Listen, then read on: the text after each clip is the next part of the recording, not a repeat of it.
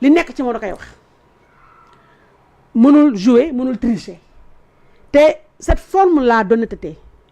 elle est fondamentale ci nit ku ne rawatina nag si njiit ndax njiit dafa am lu bari loo war a làmbool te ñii chaque jour moo wax ko c'est la fin d'un cycle salvateur c'est la fin d'un cycle pour le Sénégal mais c'est le début d'un autre cycle salvateur pour réew mi ñii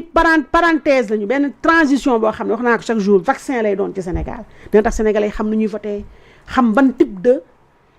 njiit lañu soxla te comme un enfantement ça se fait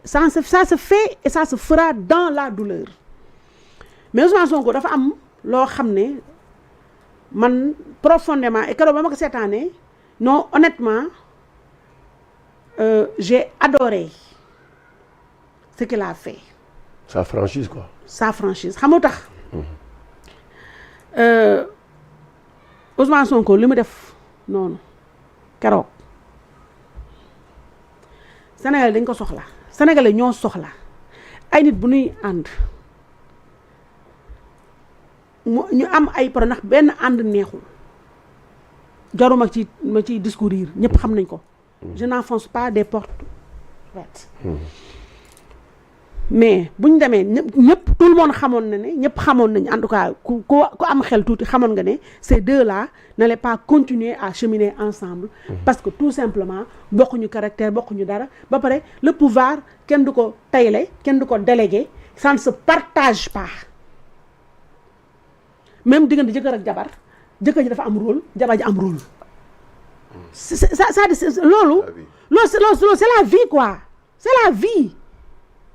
un navire ne peut pas avoir deux capitaines c'est pas possible te ñoom ñaar bokkuñu agenda Diomaye son problème mooy réew mi stable moom mu am woy bu rafet kële son problème mooy il a des comptes personnels à régler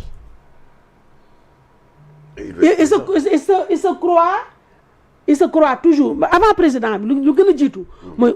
nature Ousmane Sonko est son propre ennemi parce que nature mooy il ne peut pas transcender sa personnalité il ne peut pas gérer ses humeurs ça c'est quelqu'un qui n'est jamais et qui sera je doute qu'un jour il soit satisfait parce que c'est quelqu'un qui fait tout dans le tout de suite tard la ñu baal ma néologisme boobu parce que te mënul nekk njiit ndax xam nga njiit il faut que nga mën a gérer say émotions say humeur il faut nga am capacité toog ak benn Omar Faye boo xam ne xam nga ni kii bëggu la nga gérer ko Ousmane Sonko en est absolument incapable alors que Diomaye en est capable Diomaye tey mën na bokk ak jasit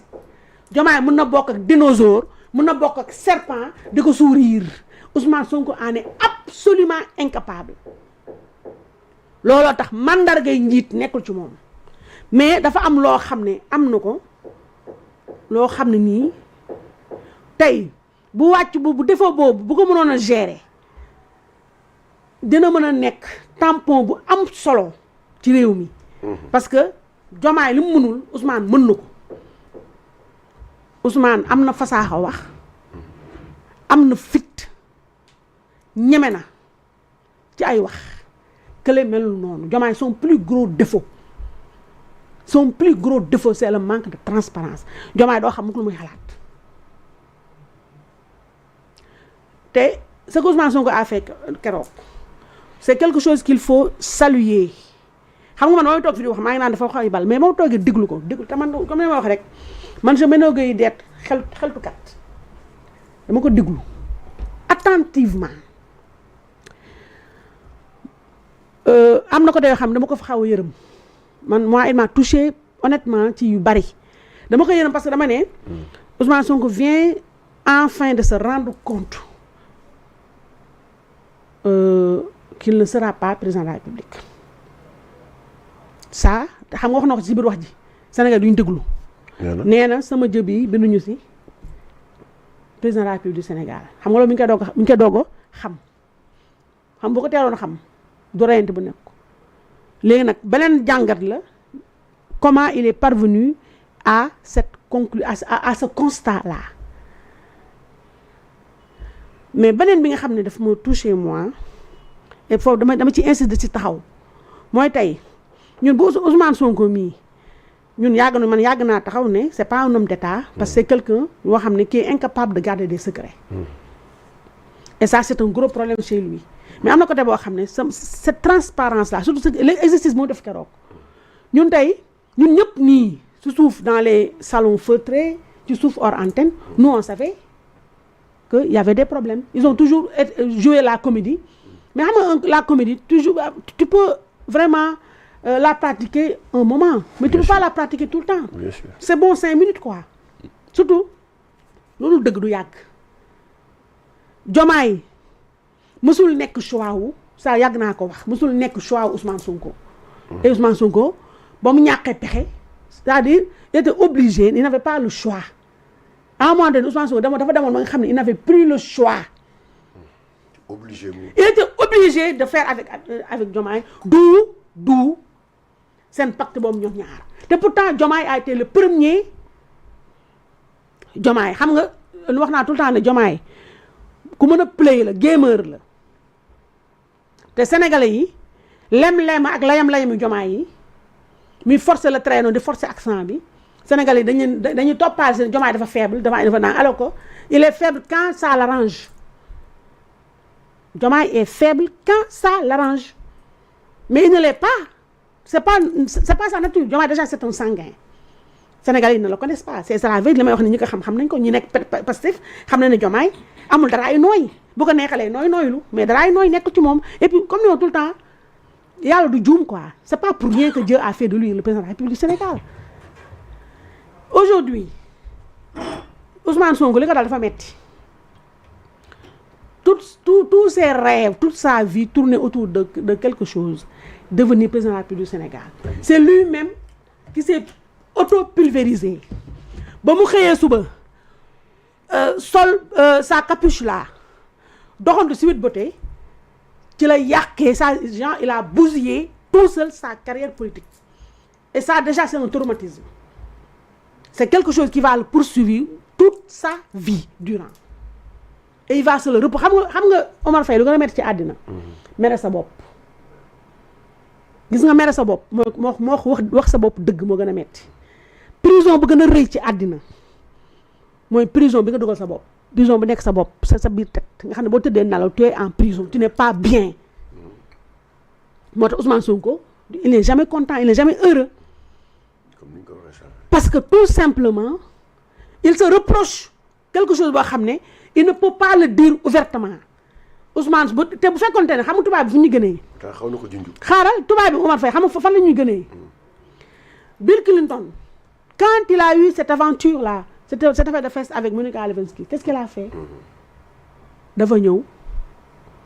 baalu àq. il fallait mu wax ko. wax ko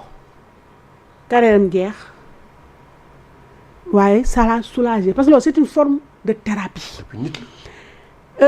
Strauss-Kahn ba mu amee son affaire avec Nafissatou Diallo. Strauss-Kahn li ko Anne Sinclair a été magnifique à ses côtés. Mais xam nga Strauss-Kahn qui a eu une affaire ko xam ne toute sa vie tournée autour du sexe. mu ñëw nekk ci dernière marche Élysée moo ko dese woon mu trébuché ci jigéen ci femme Anne Sinclair nekk ci wetam ñu pare mu amaat beneen Sofitel il s'est fendu d'une longue interview di baalu àq ak yooyu ça là loolu defu ko pour le public il l'a fait pour lui. Thérapeutique. Ousmane Sonko n'a pas eu cette occasion. Ousmane Sonko bu fekkoonte ne ba affaire u Adji Sarr bi ne cap il s'était précipité dem ci page Facebook am weddi après il a fallu qu'un de ses avocats dont je tairai la nu ñëpp xam nañ ko yëg ko njox ay preuve ne ko sa waay dem na am te ñii ñi ngi waaj a génneel mbir mi ci la doog improviser conférence de presse boobu ñu bëri ci ñi mu àndal waa Pastef ak moom ci liñ ma wax ci waa ñi ko jege ses proches ils ont appris en direct en même temps que tous les Sénégalais que effectivement contrairement à ce qu'il avait dit plus haut qu'il était bel et bien allé à Sweet Beauté et pas seulement une fois xam nga le simple fait qu'il ait avoué ce qu'il avait démenti plus haut ça l'a décrédibilisé définitivement te loolu bëgguma tudd benn tur waaye dafa am ñoom Bassirou Diomaye Faye bi au début lañ qu'est-ce qu'ils avaient fait Bassirou Diomaye Faye bi dafa jëm songi woon télé yi ne Ousmane Sonko xamul sax Adji Sarr rappel laay def Bassirou Diomaye Faye mii dafa demoon yanu ji télé yi weddi démentir ne Ousmane Sonko musul dem Sweet Beauté loolu kan moo ko waxoon du Ousmane moo ko waxoon on peut le présupposer mais kan moo déggaat Bassirou Diomaye Faye mu ñëwaat taxawaat toogaat ci télé yi ba Ousmane Sonko dafay conférence de presse ne avoué na dem na fa kan moo déggaat fu ñu dem am na ay leader yoo xam ne kenn dégg la ñu wax ci ay ñoom Birame Souleye yooyu kan ku mës a dégg wala bu dee mës a am man mësuma ko dégg Birame Souleye mu toog ci plateau télé di wax ci ay affaire Adji Sarr non duñ ci wax parce que c'est honteux c'est une plaie géante ouverte tey ji bu doon Ousmane Sonko il avait fait lu simple lu ndaw avoué c'est moom narcissisme am ak orgueil fierté mal placée ñoo yàq viom yëpp bu ñëwoon taxaw daal ne wéy dem naa fa ñuy yuuxu Sénégal lu ñuy wax mamu du mat weer ñuy yuuxu ñu koy xas ko ñu koy lii ko ñu koy lii ko mais après nit ñi xam nga lu ñuy gëm ci moom dañ naan kii au moins il est courageux parce que góor la mais écoute affaire man la fii ban góor moo fi doxaanul ban góor mais moom mujjee dem ci salon de beauté fii góor ñu bëri may dañuy yoxosu dem dugg fee mais daf la leen saf def ba mu baax dem seen yoon moo fi mujjee dem waaye moom lañ